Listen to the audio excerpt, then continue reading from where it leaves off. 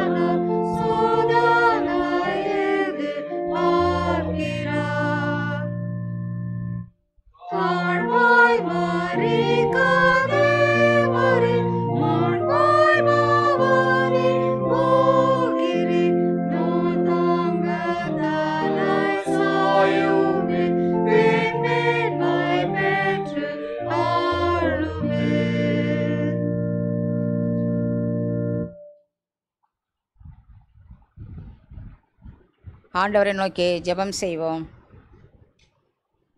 திரியேக பராபரனாகிய கர்த்தாவே, தேவரீர் மேய்ச்சலின் ஆடுகளாகிய நாங்கள் உம்மை வணங்கி போற்றி உமது திருவார்த்தையை கேட்டறிந்து கிருபையையும் ஆசீர்வாதத்தையும் பெறும்படி இங்கே கூடி வந்திருக்கிறோம். கர்த்தாவே, நாங்கள் உமது திருவார்த்தையை ஆவலோடு கேட்டு அதன் மூலம் ஆத்ம பலம் பெற்று எங்கள் வாழ்க்கையை உமது நாமம் மகிமைப்படும்படி பரிசுத்தமாய் நடத்த பரிசுத்த ஆவியானவரை கொண்டு எங்களுக்கு துணை செய்திருள்ள வேண்டுமென்று எங்கள் இரட்சகராகிய இயேசு கிறிஸ்துவின் மூலம் வேண்டிக் கொள்ளுகிறோம் சுவாமி. ஆமேன். இந்த நாளுக்கென்று குறிக்கப்பட்ட சங்கீதம் 22 முதல் 31 வசனங்களை மாறி மாறி வாசிப்போம். சங்கீதம் 22 முதல் 31 வசனங்கள். உம்முடைய நாமத்தை என் சகோதரருக்கு அறிவித்து சபை நடுவில் உம்மை துதிப்பேன். கர்த்தருக்கு பயப்படுகிறவர்களே, அவரை துதியுங்கள். யாக்கோபின் சந்ததியாரே, நீங்கள் எல்லாரும் அவரை கனம் பண்ணுங்கள். இஸ்ரவேலின் வம்சத்தாரே, நீங்கள் எல்லாரும் அவர் பேரில் பயபக்தியாயிருங்கள். உபத்திரப்பட்டவனுடைய உபத்திரவத்தை அவர் அற்பமாய் எண்ணாமலும் அருவருக்காமலும் தம்முடைய முகத்தை அவனுக்கு மறைக்காமலும் இருந்து தம்மை நோக்கி அவன் கூப்பிடுகையில் அவனை கேட்டருளினார். மகா சபையிலே நான் உம்மை துதிப்பேன். அவருக்கு பயப்படுகிறவர்களுக்கு முன்பாக என் பொருத்தனைகளை செலுத்துவேன். சாந்த குணமுள்ளவர்கள் புசித்து திருப்தி அடைவார்கள். கர்த்தரை தேடுகிறவர்கள் அவரை துதிப்பார்கள். உங்கள் இருதயம் என்றென்றைக்கும் வாழும். பூமியின் எல்லைகள் எல்லாம் நினைவு கூர்ந்து கர்த்தரிடத்தில் திரும்பும். ஜாதிகளுடைய சந்ததிகள் எல்லாம் உமது சமூகத்தில் தொழுது கொள்ளும். ராஜ்யம் கர்த்தருடையது, அவர் ஜாதிகளை ஆளுகிறவர். பூமியின் சிலபான்கள் யாவரும் பணிந்து கொள்வார்கள். புழுதியில் இறங்குறவர்கள் யாவரும் அவருக்கு முன்பாக வணங்குவார்கள். ஒருவனும் தன் ஆத்மா அழியாதபடி அதை காக்கக்கூடாது. ஒரு சந்ததி அவரை சேவிக்கும், தலைமுறை தலைமுறையாக அது ஆண்டவருடைய சந்ததி எனப்படும். அவர்கள் வந்து அவரே இவர்களை செய்தார் என்று பிறக்கப் போகிற ஜனங்களுக்கு அவருடைய நீதியை அறிவிப்பார்கள். பிதாவுக்கும் குமாரனுக்கும் பரிசுத்த ஆவியானவருக்கும் மகிமை உண்டாவதாக.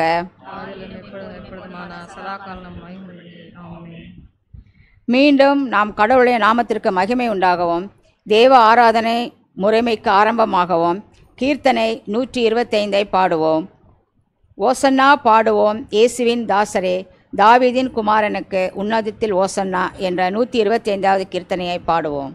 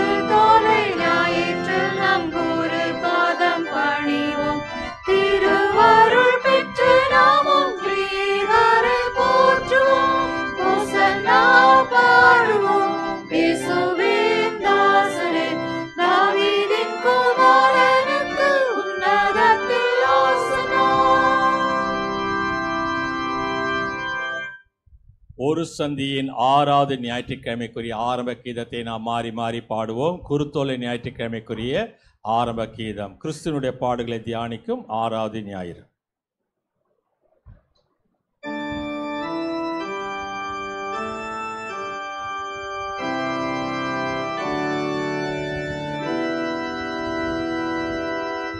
என் கடவுளே, என் கடவுளே, ஏன் என்னை கைவிட்டே? என் வார்த்தைகளை கேளாமலோ ஏன் தூரமாயிருக்கிறீ? என்னை விட்டு தூரமாகாதேயோ.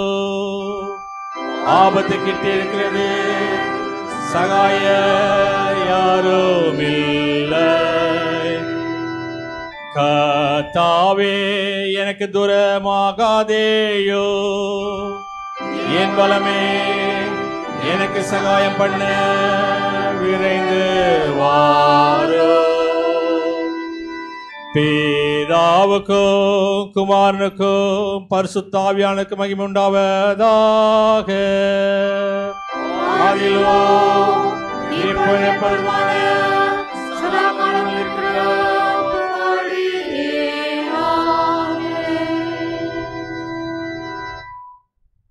அன்புக்குரியவர்களே, இறைவனுடைய அருளை பெற தகுதியற்றலாகிய நாம் நம்முடைய பாவக்குற்றங்களை உணர்ந்து அறிந்து கடவுளுக்கு முன்பாக நம்மை தாழ்த்துவமாக. அவருடைய சகாயத்தையும் கிருபையும் மன்னிப்பையும் பெற்றுக்கொள்ள நாம் ஆயக்காரனை போல பராபரனே பாவிகளாக எங்களுக்கு இரங்கலும் என்று சொல்லி 48ஆம் ஞான பாட்டின் மூலம் கெஞ்சி கேட்போம். வாருங்கள்.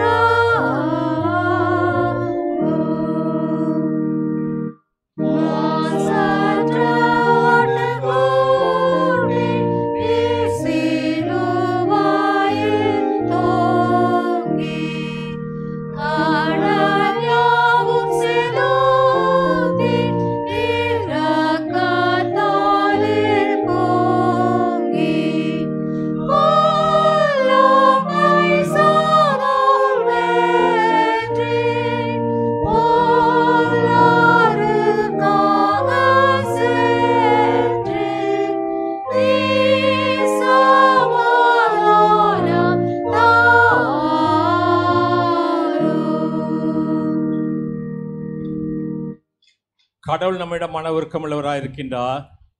மலைகள் விலகினாலும் குன்றுகள் நிலை மாறினாலும் என் கிருபை உன்னை விட்டு விலகாமலும் என் சமாதானத்தின் உடன்படிக்கை மாறாமல் இருக்கும் என்று சனியுடைய கத்தச் சொல்கிறார். அவருடைய திருப்பெயரை நாம் அனைவரும் எழுந்து நின்று 60 ஞானப்பாட்டின் மூலம் புகழ்ந்து ஸ்தோத்திரிப்போம். வாருங்கள்.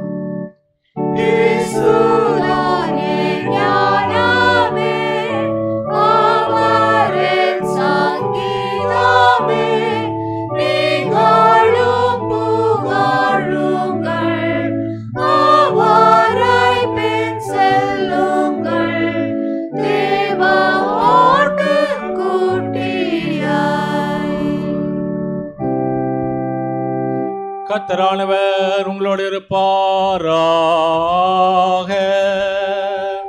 அவர் உம்மோடு இருப்பாராக.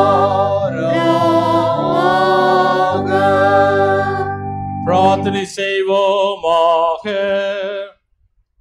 இரக்கமுள்ள நித்திய பராபரனே, உம்முடைய குமாரனின் மீட்பருமாகிய இயேசு கிறிஸ்து காட்டிய மாபெரும் தாழ்மை எல்லாம் மனிதன் பின்பற்றும்படி அவர் எங்களை ஊனுடனாகிய எடுத்துக்கொள்ளவும் சிலுவையில் மரணமடையவும் அவரை அனுப்பினதுக்காக உமக்கு ஸ்தோத்திரம் செலுத்துகின்றோம். அவர் காட்டிய பொறுமையை நாங்கள் பின்பற்றி நடக்கவும் அவருடைய உயிர்த்தெழுதலில் பங்குள்ளவர்களாக புரிய வேண்டும் என்று உம்மோடும் பரிசுத்த ஆவியோடு எங்கள் நாதர் இயேசு கிறிஸ்துவின் மூலமாய் உம்மை வேண்டிக் கொள்ளுகிறோம். சுவாமி.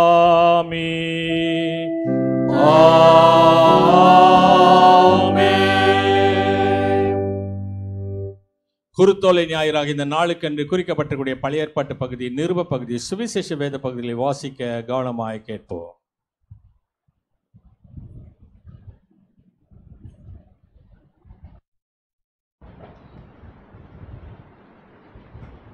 இன்றைய நாளுக்கான பழைய ஏற்பாட்டு பகுதி சகரியா 9ஆம் அதிகாரம் வசனம் 8 முதல் 12 முடிய. சகரியா 9ஆம் அதிகாரம் 8 முதல் 12 முடிய. சேனையானது புறப்படும் போதும் திரும்பி வரும்போதும் என் ஆலயம் காக்கும்படி அதை சுற்றிலும் பாளையம் போடுவேன். இனி ஒடுக்குகிறவன் அவர்களிடத்தில் கடந்து வருவதில்லை.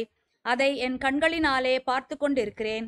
சீயோன் குமாரத்தியே மிகவும் களிக்கூறு, எருசலேம் குமாரத்தியே கெம்பீரி.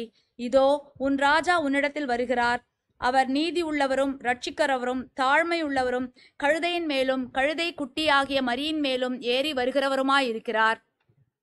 எப்பிராயிமினின்று ரதங்களையும் எருசலேமினின்று குதிரைகளையும் அற்றுப்போக பண்ணுவேன். யுத்த வில்லும் இல்லாமற் போகும். அவர் ஜாதிகளுக்கு சமாதானம் கூறுவார். அவருடைய ஆளுகை ஒரு சமுத்திரம் தொடங்கி மறு சமுத்திரம் வரைக்கும், நதி தொடங்கி பூமியின் எல்லைகள் பரியந்தமும் செல்லும். உனக்கு நான் செய்வதென்னவென்றால், தண்ணீர் இல்லாத குழியிலே அடைப்பட்டு இருக்கிற உன்னுடையவர்களை நான் உன் உடன்படிக்கையின் இரத்தத்தினாலே விடுதலை பண்ணுவேன். நம்பிக்கையுடைய சிறைகளே, அரணுக்கு திரும்புங்கள். இரட்டிப்பான நன்மையை தருவேன், இன்றைக்கே தருவேன் என்பதே. மகிமையுள்ள கர்த்தரே நீர் பரிசுத்தர், வல்லமையுள்ள கர்த்தரே நீர் பரிசுத்தர், என்றென்றும் உள்ள கர்த்தரே நீர் பரிசுத்தர். ஆமேன்.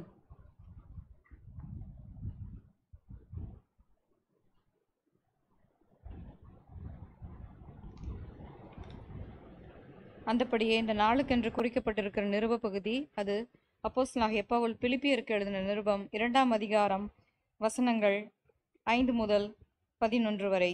பிலிப்பியர் 2 5ஆம் வசனம் முதல் 11ஆம் வசனம் வரை. கிறிஸ்து இயேசுவில் இருந்த சிந்தையே உங்களிலும் இருக்க கடவது. அவர் தேவனுடைய ரூபமாயிருந்தும் தேவனுக்கு சமமாயிருப்பதை கொள்ளையாடின பொருளாக எண்ணாமல் தம்மை தாமே வெறுமையாக்கி அடிமையின் ரூபம் எடுத்து மனுஷ சாயலானார். அவர் மனுஷ ரூபமாய் காணப்பட்டு மரணபரியந்தம், அதாவது சிலுவையின் மரணபரியந்தமும் கீழ்ப்படிந்தவராகி தம்மை தாமே தாழ்த்தினார். ஆதலால் தேவன் எல்லாவற்றிற்கும் மேலாக அவரை உயர்த்தி இயேசுவின் நாமத்தில் வானோர் பூதலத்தோர் பூமியின் கீழானோருடைய முழங்கால் யாவும் முடங்கும்படிக்கும் பிதாவாகிய தேவனுக்கு மகிமையாக இயேசு கிறிஸ்து கர்த்தர் என்று நாவுகள் யாவும் அறிக்கை பண்ணும்படிக்கும் எல்லா நாமத்திற்கும் மேலான நாமத்தை அவருக்கு தந்தருளினார் என்பதே. தெரிந்து கொள்ளப்பட்ட நிருப பகுதி வாசிக்கப்பட்டு முடிந்தது. கர்த்தர் தாமே இந்த வசனங்களை நமது இருதயங்களில் நித்திய ஜீவனுக்கு திறமளித்து காப்பாராக. ஆமேன்.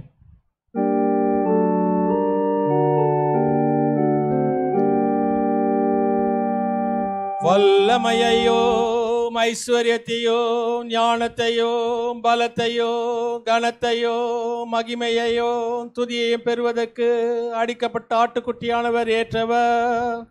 கர்த்தாவே வெற்றியை தந்தருளோ. ராஜா எங்களுக்கு மறுமொழி அருள்வாராக. ஆமென், ஆமென்,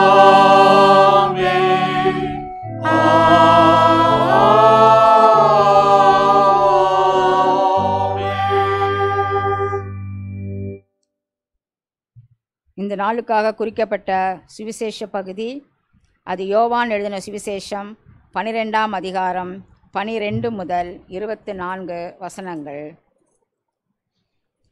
யோவான் 12 முதல் 24 வசனங்கள்.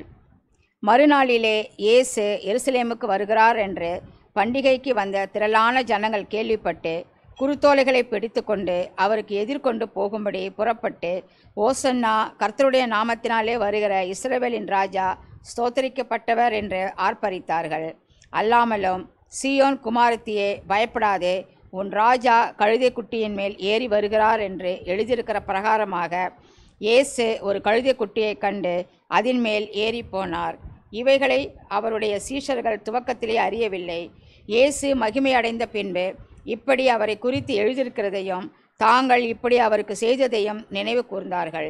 அன்றியும் அவருடனே கூட இருந்த ஜனங்கள் அவர் லாசருவை கல்லறையில் இருந்து வெளியே வரவழைத்து அவனை உயிரோடு எழுப்பினார் என்று சாட்சி கொடுத்தார்கள். அப்படிப்பட்ட அற்புதத்தை அவர் செய்தார் என்று ஜனங்கள் கேள்விப்பட்டதினால் அவர்கள் அவருக்கு எதிர்கொண்டு போனார்கள். அப்பொழுது பரிசேயர் ஒருவரை ஒருவர் நோக்கி, நீங்கள் செய்கிறதெல்லாம் வீண் என்று அறிகிறதில்லையா?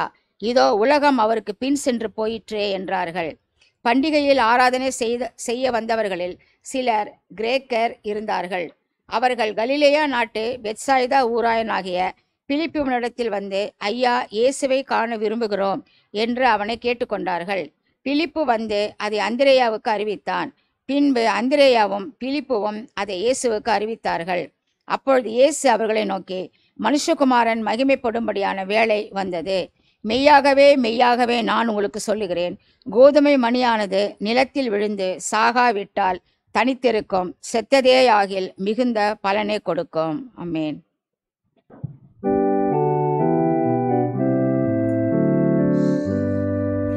ராமனுடைய நல்ல வார்த்தைக்காக அவருக்கு ஸ்தோத்திரம். கிறிஸ்துவே உமக்கு ஸ்தோத்திரம்.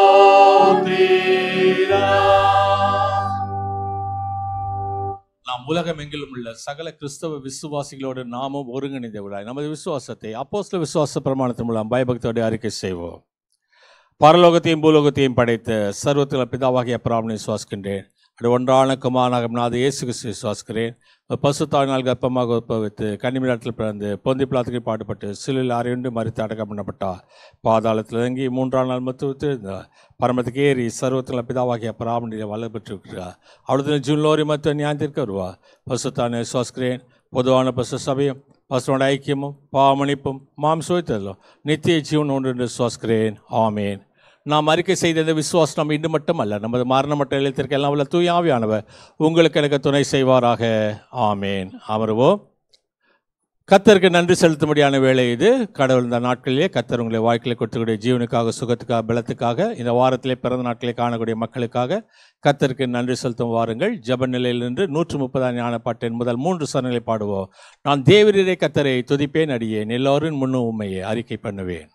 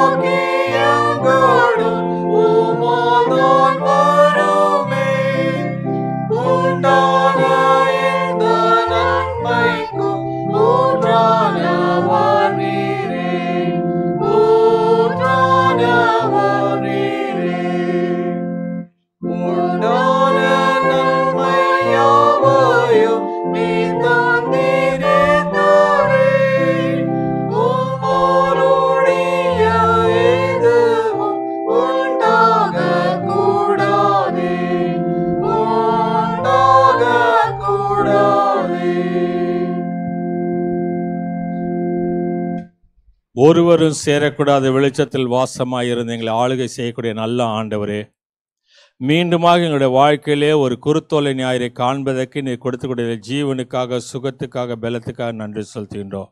ஆண்டவராக உமது கிருபையும் உமது ஆலோசனை வழிநடத்தலும் எங்களோடு கூட மட்டுமாய் தாங்கி ஏந்தி தப்புவித்து சுமந்த நாட்களுக்காக நன்றி செலுத்துகிறோம். கண்ணீர்களை துடைத்து ஆண்டவராக நீதாமே வேதனைகளை நீக்கி ஆண்டவராக உமது கிருபை நிமித்தமாக சரீரத்திலே சுகத்தை பலத்தை கொடுத்து எடுத்துக்கொள்ளக்கூடிய எல்லா விதமான மருந்து மாத்துக்களை தான் ஔஷதமாக மாற்றி உடைய அருமையான மக்களை பாதுகாத்தீரே, ஆசிர்வதித்தே நன்றி செலுத்துகிறோம்.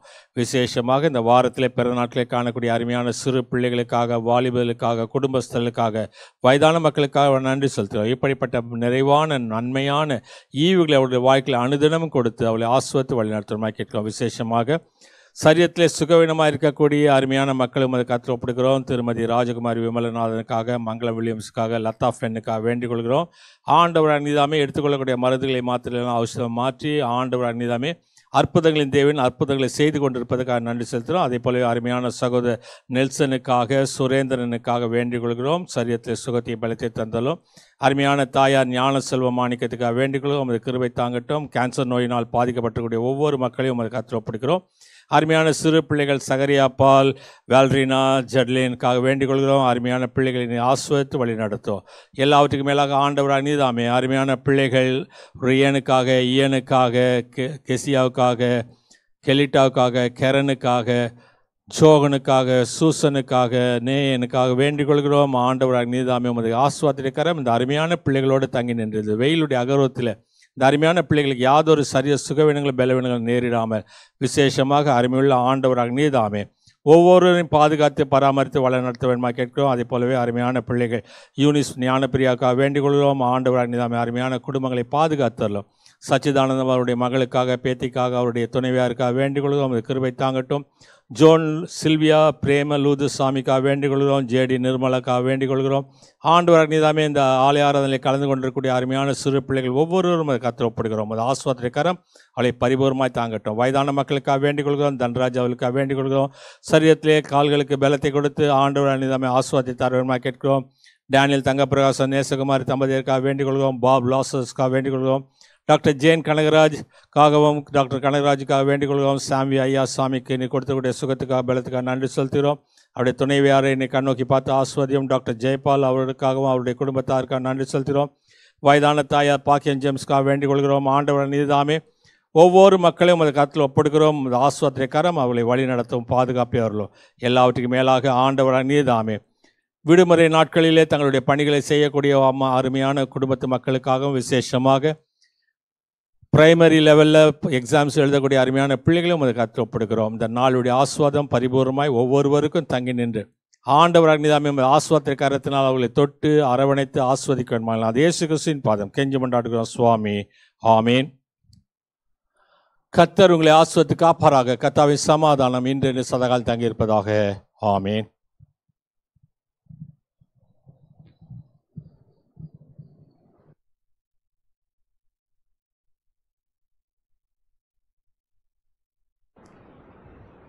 மீண்டுமாய் கர்த்தருடைய நாமத்தை மகிமைப்படுத்தும் வண்ணமாக ஞானப்பாட்டு 389 பாடுவோம். பாடும்போது கர்த்தருடைய செய்திக்கு நம்மை ஆயத்தப்படுத்திக் கொள்வோம். வாசல்களே உங்கள் தலையை உயர்த்துங்கள், அநாதி கதவுகளே உயருங்கள். மகிமையின் ராஜா உள்ளே பிரவேசிப்பார். பெரிய தேவ மைந்தனார் ஆலோசனை கர்த்தா. ஞானப்பாட்டு 381 பாடுவோம்.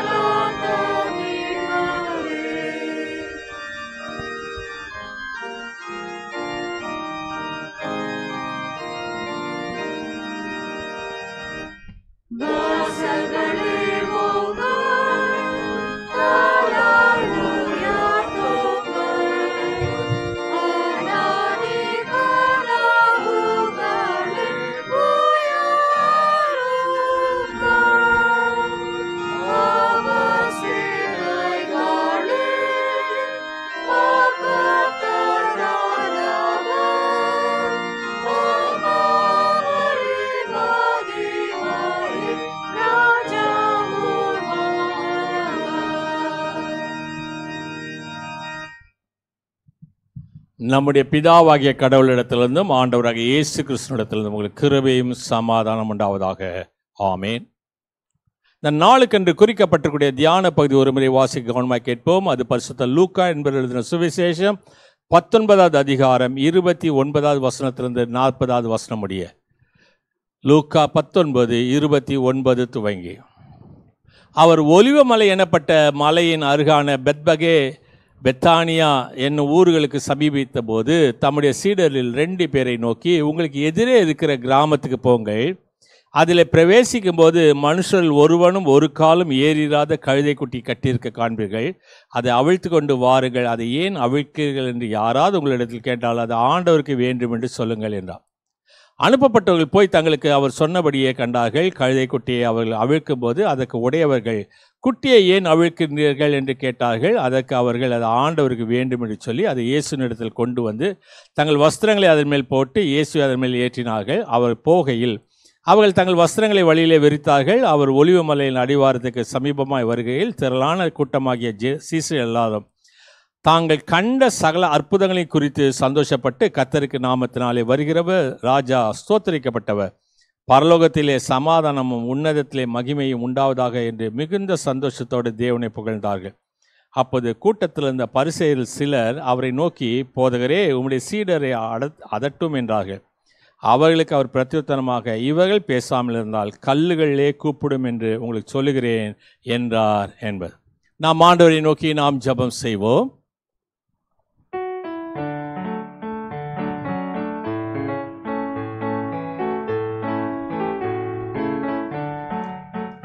பரிசுத்தாவி எங்கள் மீதிலே பொழியும் இந்த வேளையிலே, பிரசன்னத்தால் நிரப்பியம்மை புது சக்தியை அளித்திடுமே.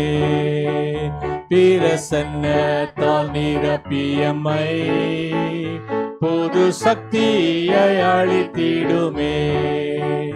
ஏ மண்டல முழுவதையோ ஓமாவியால் நிரப்பிவிடோ. ஏ மண்டல முழுவதையோ ஓமாவியால் நிரப்பிவிடோ.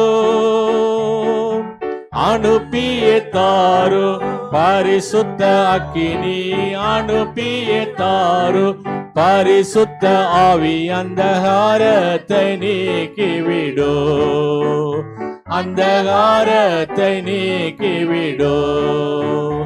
பரிசுத்தாவி எங்கள் மீதிலே பொழியும் இந்த வேளையிலே, பிரசன்னத்தால் நிரப்பியம்மை புது சக்தியை அளித்திடுமே. பேயின் சக்தி தகத்திடவே, நோயின் சாபமகற்றிடவே. பேயின் சக்தி தகத்திடவே, நோயின் சாபமகற்றிடவே. வல்லமை தாரும் பெலமோ மருளும், வல்லமை தாரும் பெலன் அருள் வரம் தந்தெம்மை அபிஷேகியோ, வரம் தந்தெம்மை அபிஷேகியோ. பரிசுத்தாவி எங்கள் மீதிலே பொழியும் இந்த வேளையிலே, பிரசன்னத்தால் நிரப்பியம்மை புது சக்தியை அளித்திடுமே. பரலோகத்தின் அதிபதியே, பரலோகத்தின் பலகணிகள், பரலோகத்தின் அதிபதியே, பரலோகத்தின் பலகணிகள். திறந்தே கொட்டிடும் கிருபை சொரியோ, திறந்தே கொட்டிடும் கிருபை சொரி, திருப்தி படுத்தி அனுப்போ, எம்மை திருப்தி அனுப்போ. பரிசுத்தாவி எங்கள் மீதிலே பொழியும் இந்த வேளையிலே, பிரசன்னத்தால் நிரப்பியம்மை புது சக்தியை அளித்திடுமே. பிரசன்னத்தால் நிரப்பியம்மை புது சக்தியை அளித்திடுமே. வாரும் பரிசுத்த ஆவியானவரே, விசுவாசிக்கிற எங்கள் நெஞ்சை நிரப்பித அன்பின் தீயை மூட்டியுள்ளோம். பற்பல மொழிகள் மூலமாக பற்பல இனங்களை விசுவாச ஒருமைக்குள் கூட்டி சேர்த்துக்கிற தேவரே, எங்களுடைய பரிசுத்த வசனத்திலே பரிசுத்தமாக்கிய வசனமே சத்தியம் சுவாமி. ஆமேன். கிறிஸ்துவுக்குள் அன்பான திருச்சபையாரே, விசுவாசிகளே, மீண்டுமாக ஒரு குருத்தோலை ஞாயிற்றுக்கிழமையில் நாம் அனைவருக்கும் தெரிந்த ஒரு பகுதி லூக்கா எழுதின சுவிசேஷத்தில் நம்ம வாசித்தோம். 19வது அதிகாரம் 29லேருந்து 40 வசனங்கள். ஆண்டவராக இயேசு கிறிஸ்து சொல்லுகின்றார், இவங்களெல்லாம் கொஞ்சம் அதட்டுங்க, இவங்கெல்லாம் ரொம்ப சத்தம் போடுறாங்க அப்படின்னு சொல்லும்போது, இவங்க கூப்பிடலைன்னா இந்த கல்லெல்லாம் கூப்பிடும் அப்படின்னு சொல்லிட்டு இயேசு சுவாமி சொன்ன பகுதியை தான் இன்னைக்கு நாளில் வாசித்தோம். இந்த பகுதி எல்லாரும் எப்போதும் நம்ம வாசித்து கொண்டிருக்கின்றோம். ஒவ்வொரு நாட்டில் ஒவ்வொரு விதமாக இந்த குருத்தோலையை அவங்க அனுசரிக்கிறாங்க. ஓசன்னா அப்படின்னு சொல்லும்போது அந்த குருத்தோலைகளை, அது பனை ஓலையாக இருந்தாலும் சரி, அது தென்னை ஓலையாக இருந்தாலும் சரி, அது ஊசி இலைகளாக இருந்தாலும் சரி, அது ஒலிவ இலைகளாக இருந்தாலும் சரி, அவைகளை அசைப்பார்கள். அது வழக்கம். ஓசன்னா என்று சொன்னால் என்ன அர்த்தம்னா, கர்த்தாவே ரட்சியும், கர்த்தாவே ரட்சியும் என்பது அதனுடைய அர்த்தம். இந்த ஓசன்னா என்பது எல்லா மொழியிலுமே ஓசனா தான், ப்ரொனவுன்சியேஷன் தான் கொஞ்சம் மாறும். அதே போல் அல்லேலுயா என்பது எல்லா மொழியிலும் ஒரே வார்த்தை தான், எல்லாத்துலேயும் அது அல்லேலுயா தான். அதே போலவே ஆமேனும் எல்லா மொழியிலும் ஆமேன் ஆமேன் தான். இப்போ இந்த நாளில் போன ஆண்டு இதை குறித்து நாம் சிந்தனை செய்தோம். என்ன செய்தோம் என்று சொன்னால், கழுதைகள் என்று சொல்லி ஒரு 3 கழுதையை பற்றி படித்தோம். தேவனுடைய சித்தம் செய்வதற்காக காணாமல் போன கீசின் கழுதை. அந்த கழுதைகள் ஓடிக்கிட்டே இருந்துச்சு. ஓடுறதுனால என்ன நடந்ததுன்னு சொன்னாக்கா, கீசினுடைய மகன் சவுல் அதை தேடிக்கொண்டே போகின்றான். தேடிக்கொண்டு போனவன் கடைசியில் சாமுவேல் கிட்ட போகும்போது சாமுவேல் அவனை அபிஷேகம் பண்ணுகின்றான். அதே போலவே இன்னொரு கழுதையை குறித்து நாம் பார்த்தோம். தேவனுடைய சங்காரம் செய்வதற்கு மரித்து போன ஒரு கழுதை, சிம்சோன். நியாயாதிபதிகள் புத்தகம் 15வது அதிகாரம் 15வது வசனத்தில் சிம்சோன் என்ன செய்கிறார் என்று சொன்னால், பெலிஸ்தியரை சங்காரம் பண்ணுவதற்காக அங்கே என்ன இருக்குன்னு பார்க்குறான். அங்கே பச்சை தாடை எலும்பு இருக்குது, கழுதையினுடைய தாடை எலும்பு. அதை வைத்து அவன் பெலிஸ்தியரை மேற்கொள்கின்றான். தேவனுடைய சங்காரம் செய்வதற்காக தன்னை மாய்த்து கொள்வதற்கு ஆயத்தமாக்கப்பட்ட கழுதை. 3வது கழுதை தான் நாம் பார்த்த கழுதை, தேவனுடைய குமாரன் அழைப்பு பெற்ற ஒரு கழுதை, இருவழி சந்திகளிலே கட்டப்பட்ட கழுதை என்று சொல்லி 3 கழுதைகளை குறித்து கடந்தேன். இந்த வாரம், இந்த ஆண்டு எதை பார்க்க போகிறோம் என்று சொன்னால், இன்னொரு 3 கழுதைகளை நாம் பார்க்கலாம். என்ன கழுதைகள் என்று சொன்னால், இந்த கழுதைகளை நாம் பார்ப்போம் என்று சொன்னால், முதலாவது காரியம், தேவனுடைய எச்சரிப்பு செய்ய பேசின கழுதை. தேவனுடைய எச்சரிப்பு செய்ய பேசின கழுதை. என்னாகமம் புத்தகம் 22வது அதிகாரம் 23வது வசனம். என்னாகமம் 22, 23. இந்த சம்பவத்தை நாம் படிக்கும்போது, இஸ்ரேல் புத்திரர் எரிகோ கிட்ட இருக்கும்போது யோர்தான் கரையிலே மோவாபினுடைய சமமான வெளியில பாளையம் இறங்கினார்கள். அது 22வது அதிகாரம் 1-8 வசனத்தில். பாலாக் என்று சொல்லக்கூடியவர் சிப்போரின் குமாரன் பாலாக் எமோரியருக்கு செய்தவர்களை கண்டான். யார் இவர்கள்? இவர்களுக்கு யார் கடவுள்?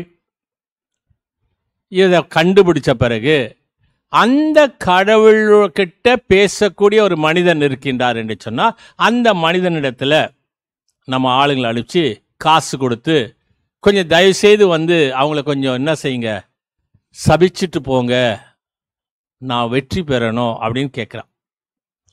அந்த சூழ்நிலையில தான் வசனம் 12 சொல்கிறது, கடவுள் கேட்டார் 9வது வசனம், யார் இவங்க வந்திருக்காங்களே, யார் அவங்கெல்லாம், எதுக்காக வந்திருக்கிறாங்க? இல்லைங்க, அவங்களுக்கு பண்ண சொல்லியிருக்காங்க, அதுக்காக வந்திருக்காங்க.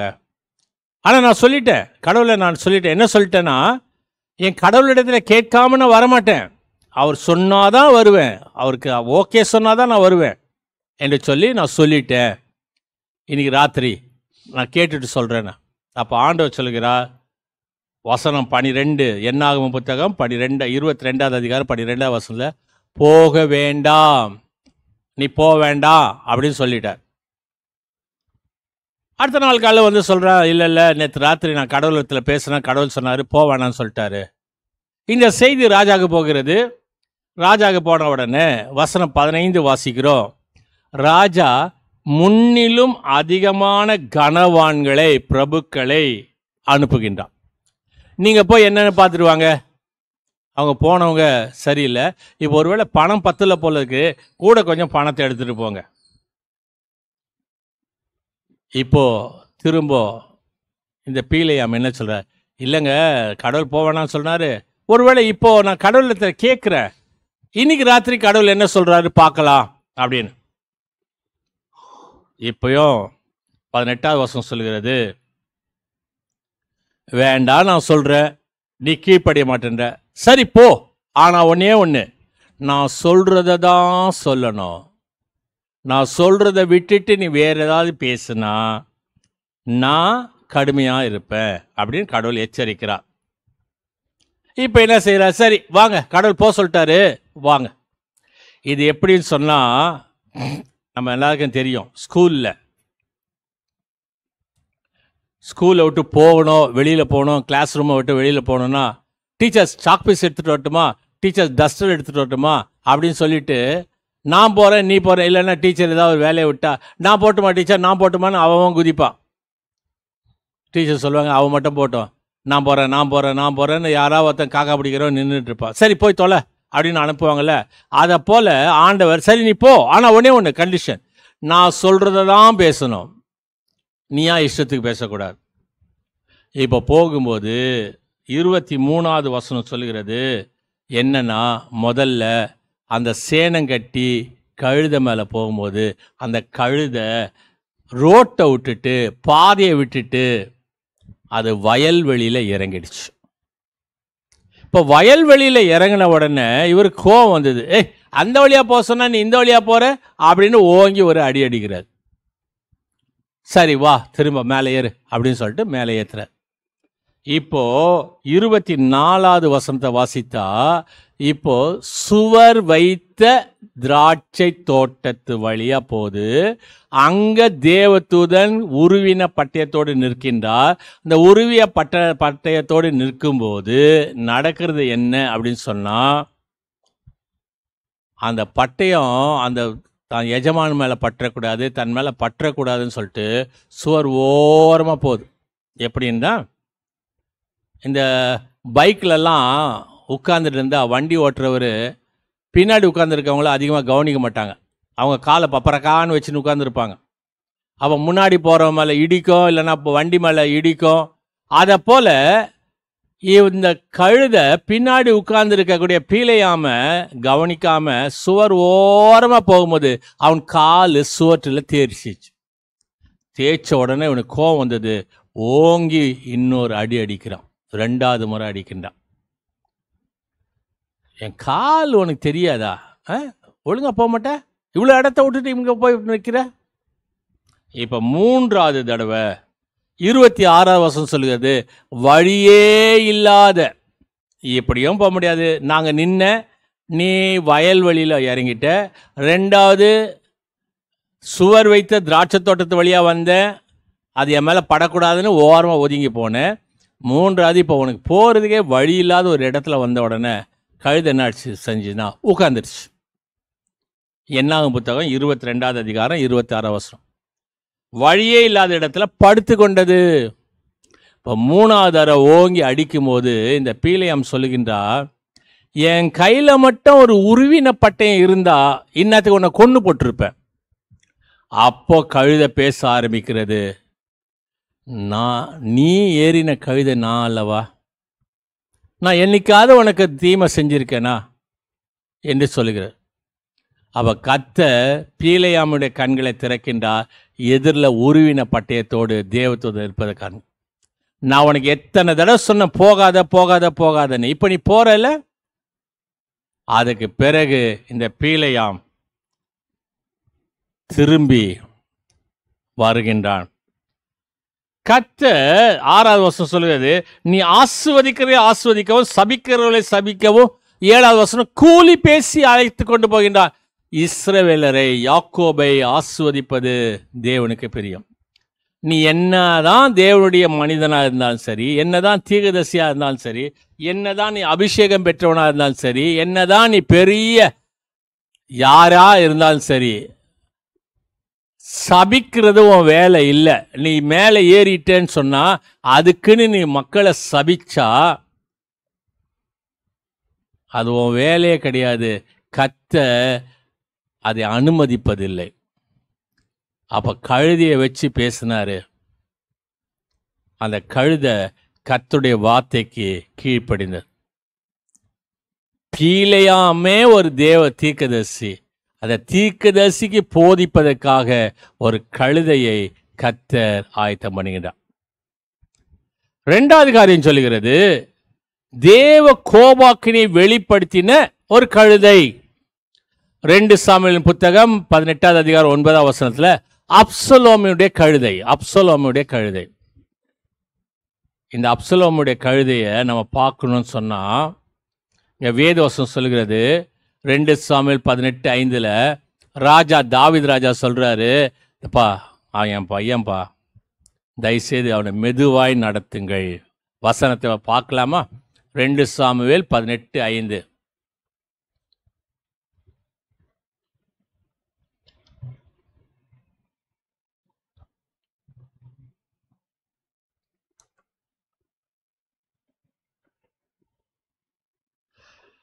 ராஜா யோவாவையும் அபிசாயையும் ஈத்தாயையும் நோக்கி, பிள்ளையாண்டானாகிய அப்சலோமை என் நிமித்தம் மெதுவாய் நடப்பீங்கள் என்று கட்டளையிட்டான். இப்படி ராஜா அப்சலோமை குறித்து அதிபதிகளுக்கெல்லாம் கட்டளையிட்டதை ஜனங்கள் எல்லோரும் கேட்டார்கள். யாரு? பெத்த பிள்ளை என்ன செய்யறான்? அப்பாவுக்கு விரோதமா எழும்புறான். அப்பா அவனை தண்டிக்கணும், ராஜாவாக அப்பாவுடைய ஸ்தானத்துல ராஜாவாயிடணும்னு சொல்லிட்டு அவன் நினைக்கும் போது, ராஜாவாக இருக்கக்கூடிய அப்பாவாக இருக்க சொல்ல அவனை ரொம்ப இது பண்ணாதீங்க, தயவுசெய்து கொஞ்சம் அமைதலாக நடத்துங்க, அவனை மெதுவாய் நடப்பியுங்கள். வசனம் 8 சொல்லுகிறது, யுத்தம் அந்த தேசம் எங்கும் பறந்தது. அன்றைய தினம் பட்டயம் பட்சித்த ஜனங்களை பார்க்கலாம், காடு பட்சித்த ஜனம் அதிகம். யுத்தத்தினால நிறைய பேர் சாகலையாம், காட்டினால தான் செத்தாங்களாம். அந்த காடு அந்த அளவுக்கு அடர்ந்த காடு மக்களை கொன்று போட்டது. இப்போ 9வது வசனம் சொல்லுகிறது. இந்த 9வது வசனம் என்ன சொல்லுகிறது சொன்னா,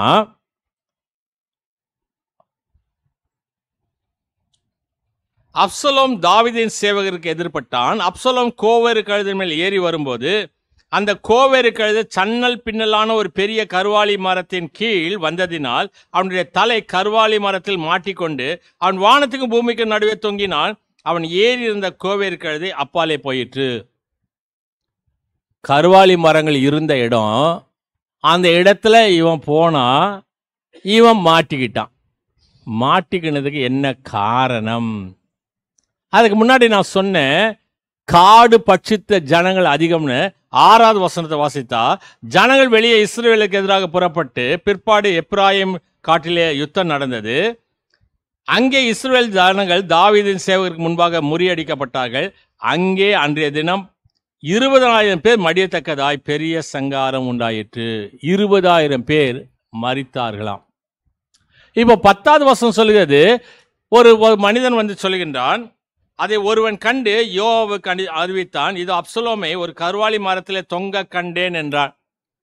உடனே அவன் சொல்றான், ஏண்டா பாத்தி அங்கேயே குத்தி போட்டு அவனை சாவடிச்சுட்டு வர்றதை விட்டுட்டு நீ ஏண்டா என்ன பண்ண? 13வது வசனம் சொல்லுது, அப்படியெல்லாம் நான் செய்ய மாட்டேன், ராஜாவுக்கு ஒரு காரியம் மறைவாய் இருக்க மாட்டாது, அதனால் நான் அதை செய்வேனே ஆகில் என் பிராணனுக்கே விரோதமாய் செய்வேனே, நீரும் எனக்கு விரோதமாய் இருப்பீர் என்றார். நான் அப்படியெல்லாம் செய்ய மாட்டேங்க. ராஜா என்ன சொன்னார்? மெதுவாய் நடப்பீங்கள்னு சொன்னால, நான் அவனை குத்தி கொண்டு போட்டா என்ன செய்யறது? ஆனால் 18வது வசனம் சொல்லுகிறது, அப்சலோம் உயிரோடு இருக்கையில் என் பேரை நினைக்க பண்ணும்படி எனக்கு குமாரன் இல்லை என்று சொல்லி ராஜாவினுடைய பள்ளத்தாக்கிலே தனக்கென்று ஒரு தூணை நிறுத்தி அந்த தூணுக்கு தன் பேரை தரித்தான். அது இந்நாள் வரைக்கும் அப்சலோமின் அடையாளம் என்று சொல்லப்படும். சரி, அந்த கல்வாரி மரத்தில் மாட்டிக்கிறதுக்கான காரணம் என்ன? இந்த அப்சலோம் யார்? மாக்காள் என்பது அவளுடைய தாயாருடைய பெயர். 2 சாமுவேல் 3வது அதிகாரம் 3வது வசனம்.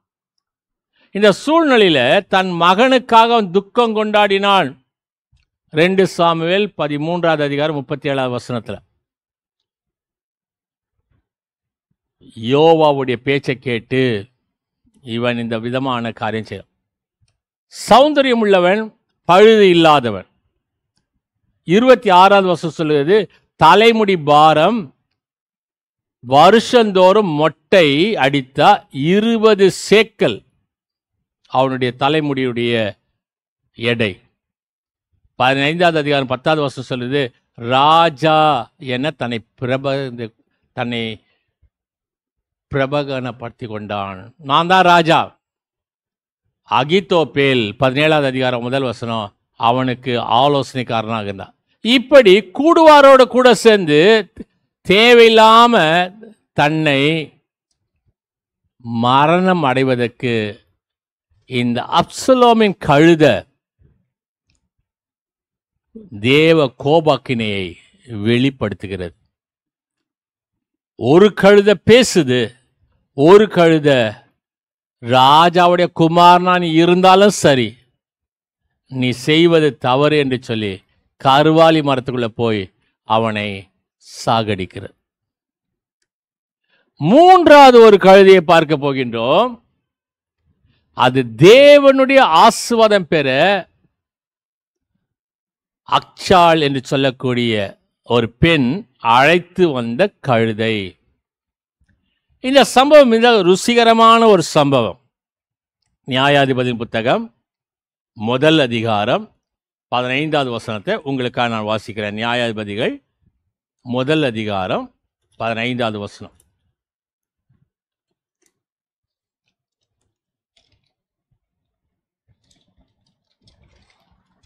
அப்பொழுது அவள், எனக்கு ஒரு ஆசீர்வாதம் தர வேண்டும், வறட்சியான நிலத்தை எனக்கு தந்தி நீர்ப்பாய்ச்சலான நிலங்களை எனக்கு தர வேண்டும் என்றால், அப்போது காலேப் மேற்புறத்திலும் கீழ்ப்புறத்திலும் அவளுக்கு நீர்ப்பாய்ச்சலான நிலங்களை கொடுத்தான். என்ன? அப்பா கொடுத்த வெகுமதி, பொண்ணுக்கு கொடுத்த வெகுமதி. அப்பா என்ன வெகுமதி கொடுக்கிறாருன்னு சொன்னா, இங்க ஒரு அருமையான ஒரு சம்பவம் நடைபெறுகிறது. என்னாகும் புத்தகம் 13வது அதிகாரம் 6வது வசனத்துல, யூதா கோத்திரத்துல எப்பினேயின் குமாரன் காலேப் என்று சொல்லி, இந்த காலேப் என்று சொல்லக்கூடிய ஒரு இடத்துல தான் அவருடைய மகள் அக்சாள். யோசுவாவின் புத்தகம் 14வது அதிகாரம் 14வது வசனத்துல வாசிக்கும் போது, தேவனாகிய கர்த்தரை உத்தமமாய் பின்பற்றினதனால் எப்பிரோன் அவனுக்கு சுதந்திரமாக மோசேயினால யோசுவானால அங்கீகரிக்கப்பட்டு அவனுக்கு கொடுக்கப்பட்டது. யோசுவாவின் புத்தகம் 15வது அதிகாரம் 14வது வசனத்தில் வாசித்தா, சேசாய், அகிமான், தல்மான் என்று சொல்லக்கூடிய 3 ஏனோக்கியருடைய குமாரனை துரத்தி விடுகின்றான். கீரியாத் செப்போரை சங்காரம் பண்ணி பிடிக்கிறவனுக்கு என்னுடைய மகளா இருக்கா பாருங்க அக்சாள், அவளை நான் என்ன செய்வேன்னா கல்யாணம் பண்ணி தருவேன். அந்த காலத்தில் சுயவரம்லாம் எப்படி நடந்துக்குது பாருங்க. நம்ம காலத்தில் சுயவரம் என்பது மாடை பிடிக்கணும், மாடை பிடிச்சிட்டு வந்தா தம் பொண்ணை தரேன்னு சொல்லுவான். இங்க என்ன நடக்குதுன்னா, ஒத்னியேல் என்று சொல்லக்கூடிய ஒரு மனிதன் அவனை பிடிச்சு அந்த தேசத்தை சங்காரம் பண்றான். இப்போ அவன் வாக்கு கொடுத்தபடி அக்சாள் என்று சொல்லக்கூடிய தன் மகளை திருமணம் முடித்து தருகின்றான். இப்போ திருமணம் முடித்து தரும்போது ஒருவேளை அதை அன்பளிப்பாக எடுத்துக்கலாம், வரதட்சணை எடுத்துக்கலாம், என் பிள்ளைக்கு ஒரு ஆசீர்வாதமாக வேண்டும்னு சொல்லி ஒரு வறட்சியான நிலத்தை தருகின்றான். வசனம் 19 சொல்கிறது. நியாயாதிபதியின் புத்தகம் 1வது அதிகாரம் 19வது வசனம். கர்த்தர் யூதாவோட கூட இருந்தபடினால் மலை தேசத்தாரை துரத்தி விட்டார்கள், பள்ளத்தாக்கின் குடியிருப்புகள் 20 இருந்தபடியால். யோசுவாவின் புத்தகம் 15வது அதிகாரம் 19வது வசனம்.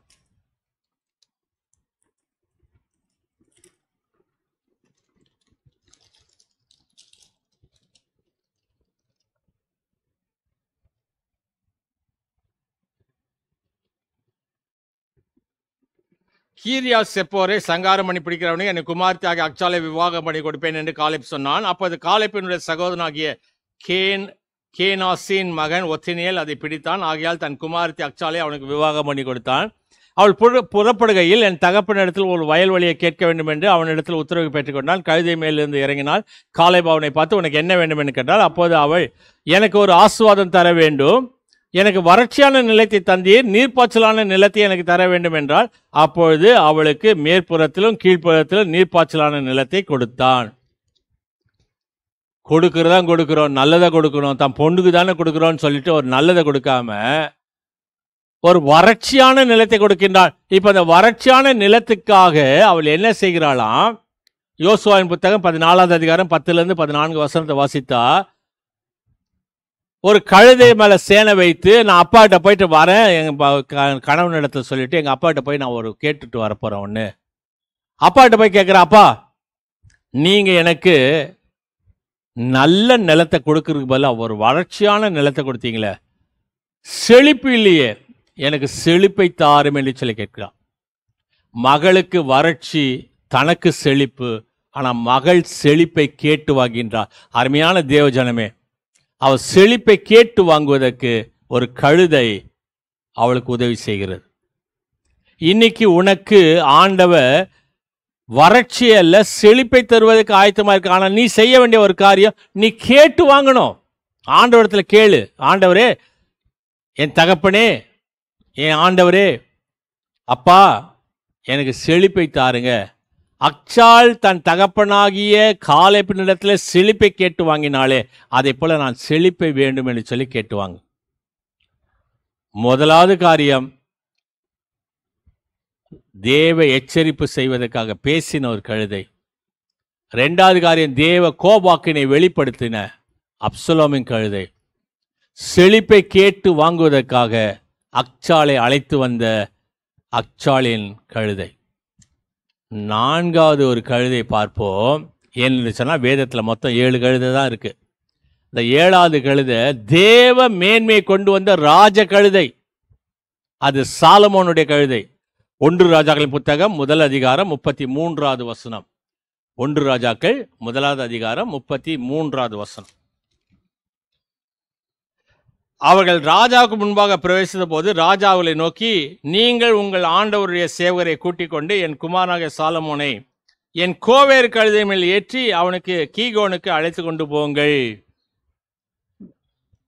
வசனம் 19 வாசித்தா அங்க சொல்லப்படுகிறது, அவன் மாடுகளையும் கொழுத்த ஜந்துகளையும் ஆடுகளையும் திரளாக அடித்து ராஜாவின் குமார் அனைவரையும் ஆசானாகிய அபியத்தாரையும் யோவாப் என்னும் படைத்தலைவனையும் அழைத்தான். ஆனாலும் அது அடியானாகிய சாலமோனை அழைக்கவில்லை. 21வது வசனம், அறிவியாமல் போனால் ராஜாவாகிய என் ஆண்டவன் தம்முடைய பிதாக்களோட படுத்துக்கொண்ட பின்பு நானும் என் குமாரனாகிய சாலமோனும் குற்றவாளிகள் எனப்படுவோம் என்றான். அவள் ராஜாவோடு பேசிக்கொண்டிருக்கையில் தீர்க்கதரிசியாக நாத்தான் வந்தான். 29வது வசனம் சொல்லுது, அப்போ ராஜா உன் குமாரனாகிய சாலமோன் எனக்கு பின் அரசாண்டு அவனே என் ஸ்தானத்தில் என் சிங்காசனமே வீற்றிருப்பான் என்று நான் உனக்கு இஸ்ரவேலின் தேவனாகிய கர்த்தர் மேல் ஆணையிட்டபடியே இன்றைக்கு செய்து தீர்ப்பேன் என்கின்றான்.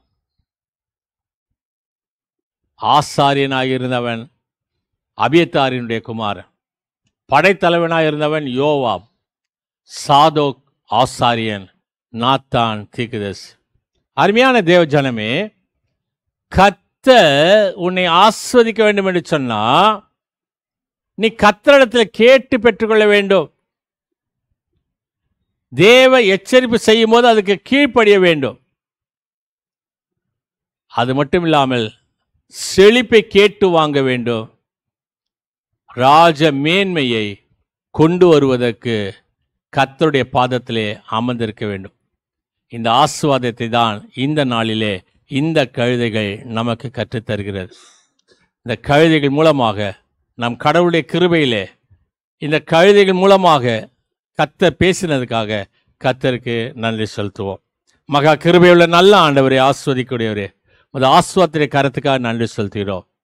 இருவழியில் கட்டப்பட்ட கழுதையாகிய இருவழி சந்தியில் கட்டப்பட்ட கழுதைகளாக நாங்கள் இல்லாமல் ஆண்டவராக உம்மால் அழைப்பு பெற்று அவைகளை ஆண்டவராக எனக்கு வேண்டும் என்று சொல்லுகின்றீரே, ஆண்டவராக உமது கிருபையிலே எங்களுடைய வாழ்க்கையிலே கட்ட அவிழ்க்கப்படுவதற்கு உதவி செய்தலும் துதி ஸ்தோத்திரம் கன மகிமை செலுத்துகிறோம். இயேசு கிறிஸ்து நாமத்தை வேண்டிக் கொள்கிறோம் சுவாமி.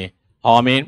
நம்முடைய ஆண்டவராக இயேசு கிறிஸ்துவின் கிருபையும் பிதாவாகிய தேவன் அன்பும் பரிசுத்தாவுடைய ஐக்கியம் ஆசீர்வாதம் வழி நடத்தலாம் சதா காலத்தில் நம் அனைவரோடும் இன்று இருப்பதாக. ஆமீன்.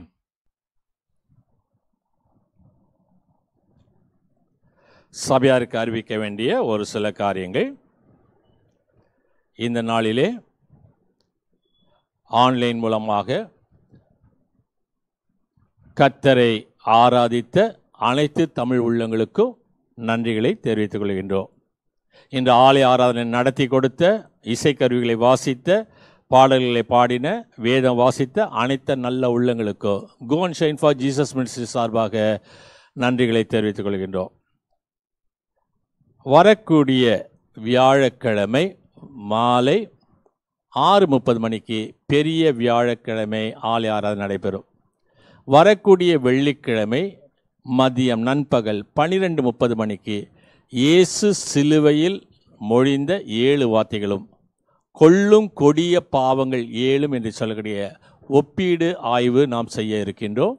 வரக்கூடிய ஞாயிற்றுக்கிழமை ஈஸ்டர் பண்டிகை தினமாகியால் அன்று காலை 5:30 மணிக்கு ஆலய ஆராதனை நடைபெறும்.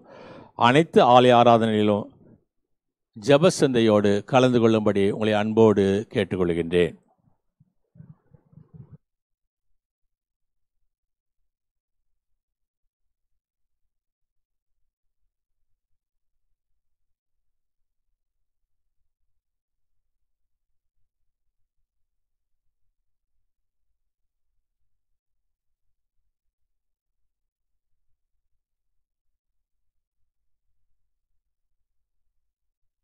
மகிமைப்படுத்தும் வண்ணம் ஞானப்பாட்டு 384 பாடும்போது நம்மையும் நம் காணிக்கைகளையும் கர்த்தருக்கென்று படைப்போம். இயேசுப்பட்ட மா பலத்த 5 காயம் வாழ்த்துவேன், மீட்பளிக்கும் உயிர்ப்பிக்கும் அதையே வணங்குவேன் என்ற 384வது ஞானப்பாட்டை பாடுவோம்.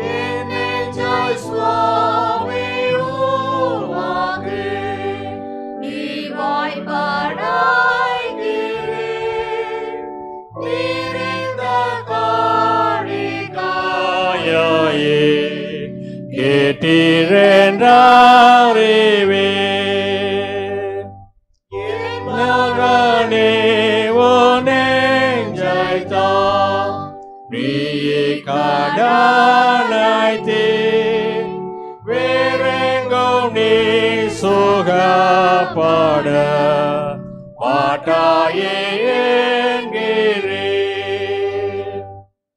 அப்பா நீராதாய் தாயவாய் அங்கீகரிக்கவோ நானதை உள்ளவனமாய் தந்தே நண்பாயிரோ. எங்களை நேசிக்கக்கூடிய நல்ல ஆண்டவரே, உம்மை சுமக்கக்கூடிய கழுதைகளாக நாங்கள் தேவ மகிமையை மேன்மையை கொண்டு வரக்கூடிய கழுதைகளாக, ஆண்டவராக உமது எச்சரிப்பினுடைய சத்தத்துக்கு கீழ்ப்படியக்கூடிய கழுதைகளாக, ஆண்டவராகிய உமது ஆசுவாத்தை பெற்ற கழுதைகளாக நாங்கள் வாழ உதவி செய்தலும். எல்லாவற்றுக்கும் மேலாக உமது கரத்திலிருந்து பெற்றுக்கொண்டதே நன்றியுள்ள இருதயத்தோடு காணிக்கைகளாக படைத்திருக்கிறோம். ஆண்டவராக நீதாம் இந்த காணிக்கைகளையும் படைத்தவுடைய அருமையான மக்களுடைய இருதயத்துடைய விருப்பங்களை ஏற்றுக்கொண்டு ஆசுவத்தை வழி நடத்துமாய் நான் இயேசு கிறிஸ்துவின் பாதம் கெஞ்சி மன்றாடுகிறோம் சுவாமி. ஆமேன். தொடர்ந்து நாம் ஆண்டவரை நோக்கி நாம் ஜெபம் செய்வோம். எங்கள் பரலோக பிதாவை, எங்களை மீட்டுக்கொண்டு அருமை ரட்சகரே பராபரனே, உலகத்தில் உள்ள நீ சம்பாதித்த உம்முடைய திருச்சபை ஆட்கொண்டு கண்ணோக்கி பார்த்து ஆசுவதியும். முக்கியமாக உம்முடைய சுவிசேஷத்தை சொல்லக்கூடிய திருச்சபைகள் அனைத்தையும் ஆசுவத்திலும் அனைத்து திருச்சபைகளுடைய பேராயர்களையும் போதர்களையும் ஊழியர்களையும் சுவிசேஷங்களையும் பரிசுத்தாவில் நிரப்பி அவர்கள் எடுக்கக்கூடிய அனைத்து பிரயாசங்களையும் கையிட்டு செய்யக்கூடிய அனைத்து ஊழியங்களையும் வாய்க்க செய்யும். கிராம பகுதிகளில் செய்யப்படும் ஊழியங்களுக்காகவும் பிற சமயத்து மக்கள் மத்தியில் செய்யப்படும் ஊழியங்களை கண்ணோக்கி பார்த்து ஆசுவதியும். நாங்கள் எப்போது உண்மையான அன்புள்ளம் கொண்டவர்களாக பிறரை நேசிக்க எங்களுக்கு கிருபை செய்தலும். அவருடைய மிகுதி வேலையாட்களை கொஞ்சம் என்று எங்களுக்கு உணர்த்தின ஆண்டவரே, அந்த ஊழியத்துக்கு உண்மையோடு தன்னை அர்ப்பணித்து ஊழியத்துக்கு அழைக்கப்பட்டவர்களையும் அவர்களுக்கு போதனை செய்யக்கூடிய ஆசிரியர்களையும் அது பரிசுத்தாவினால் அவர்கள் நிரப்பி பாடுகளின் மத்தியிலே அவர்கள் உண்மை விட்டு விலகாமல் துன்பத்தை ஏற்று ஊழியம் செய்ய கற்பியும். இன்னும் ஊழியர்களை எழுப்பும் ஊழியத்துக்கு ஒப்பு கொடுத்தவர்களை அழைத்து வாரும். அவளும் ஆசுவாத்தை பெறட்டும். எங்கள் உலகத்தில் உள்ள அதிகாரிகள் அவர்களுக்கு வேண்டிய சகல நல்ல ஆலோசனை தந்து நீதி அநீதி என்று தெரியக்கூடியதை அவர்கள் உணர்ந்து நல்ல ஆட்சி நடத்த உதவி செய்தலும். எங்கெல்லாம் அநீதங்கள் நடைபெறுகிறதோ அங்கெல்லாம் நல்வழிப்படுத்த அவர்கள் எடுக்கக்கூடிய தீர்மானங்களை ஆசுவத்தலும். முதலாவது நாங்கள் எங்களுடைய பாவங்களை விட்டு விலகவும் எப்போதும் உமக்கு பிரியமானதை செய்ய எங்களை போதித்தரலும். எங்கள் அருகில் உள்ள ஏழை மக்கள், வறுமையில் இருப்போர், சரீர சுகமற்று இருப்போர், கர்ப்பவதிகள், மரணப்படுக்கையில் போராடக்கூடியவர்கள், கடன் பிரச்சனைகள், வேலையின்றி தவிப்போர், உம்மை பின்பற்றினதனால் சிறைச்சாலையில் இருப்போர், இவள் ஒவ்வொருவரையும் பரிசுத்தாவினை கொண்டு சகல ஆறுதலையும் தேர்தலையும் கொடுத்தரலும். பரலோக தகப்பனே, நாங்கள் எப்போதும் பாவம் செய்ய தூண்டப்படும் போது உம்மிடத்திலிருந்து எந்த விதமான நன்மையை பெற்றுக்கொள்ள தகுதியற்றவர்கள் என்பதை அறிந்து எங்களை மீட்டுக்கொண்ட இயேசு கிறிஸ்து நாமத்தினால் எங்கள் அனைத்து பாவங்களையும் மன்னித்தரலும். பஞ்சங்கள், கொள்ளை நோய்கள், பெருவெள்ளங்கள், எதிர்பாராமல் ஏற்படும் துன்மரணங்கள், துணிகரமான பாவங்கள் இவளுக்கு எங்களை விலக்கி காத்தலும்.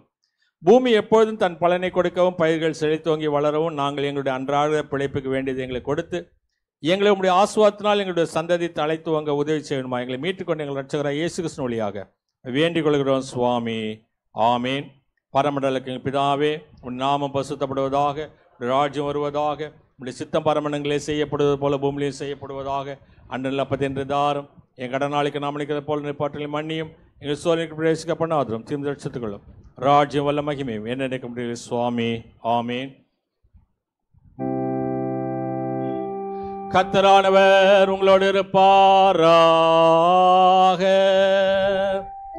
அவர் உமதாவியோடும் இருப்பாராக.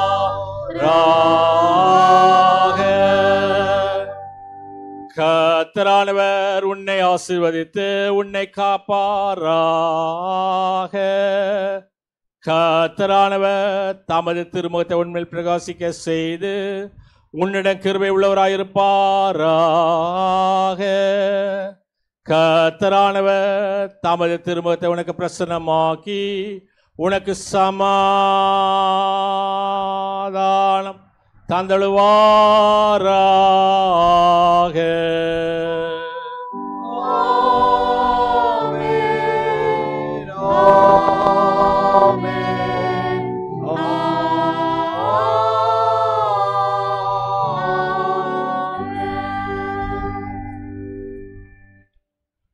துதி பாடலாக ஞானப்பாட்டு 62 பாடுவோம். கூடி வந்த நாங்கள் ஏகமாக பாடுபட்ட உமக்கே உண்மையாயிருக்க பணிவாக வாக்களிப்போம் மீட்பரே. நீரே சுவாமி ஆமேன் என்று சொல்லும். எங்கள் வாக்கை அன்பாய் ஏற்றுக்கொள்ளும். சமாதானம் என்றைக்கும் அடியாருக்கு அருளும் என்ற 62வது ஞானப்பாட்டை பாடுவோம்.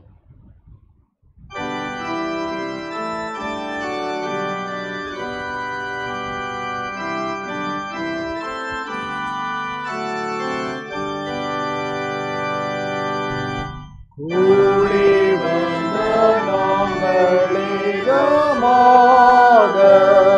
பாடி பாட்டவுமாகி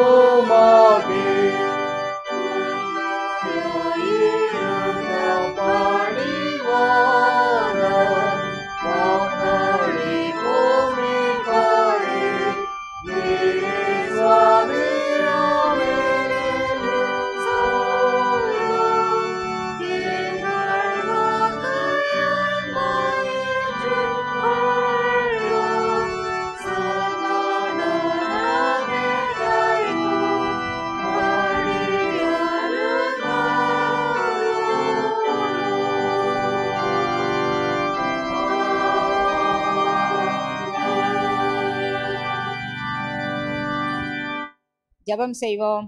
அளவற்ற இரக்கமுள்ள ஆண்டவரே, தேவரீர் வெளிப்படுத்தின சத்தியத்தின் மூலம் நாங்கள் ரட்சிப்பை பெறும் வழியை எங்களுக்கு காட்டினதற்காக உமக்கு ஸ்தோத்திரம். நீர் காட்டி அருளின வழியிலே நாங்கள் செம்மையாக நடந்து மரணம் மட்டும் உம்மை பற்றும் விசுவாசத்தில் நிலைத்து நின்று கடைசியில் மோட்ச ராஜ்யத்தை அடைவதற்கு வேண்டிய ஆத்ம பலத்தை எங்களுக்கு அருள வேண்டுமென்று பணிவுள்ள மனதோடே உம்மை வேண்டிக் கொள்கிறோம் சுவாமி. ஆமேன். என் ஆத்துமாவே கர்த்தரை ஸ்தோத்திரி, என் முழு உள்ளமே பரிசுத்த நாமத்தை ஸ்தோத்திரி. என் ஆத்துமாவே கர்த்தரை ஸ்தோத்திரி. கர்த்தர் செய்த சகல உபகாரங்களையும் மறவாதிரு. ஆமேன். எல்லா புத்திக்கு மேலான தெய்வ சமாதானம் கிறிஸ்து இயேசுவில் இந்த சிந்தையே நாம் அனைவரோடும் இன்று என்று இருப்பதாக. ஆமேன். சுவாமி கிருபையாயிரும். கிறிஸ்துவே கிருபையாயிரும். சுவாமி கிருபையாயிரும். ஆமேன். பராபனுக்கு ஸ்தோத்திரம்.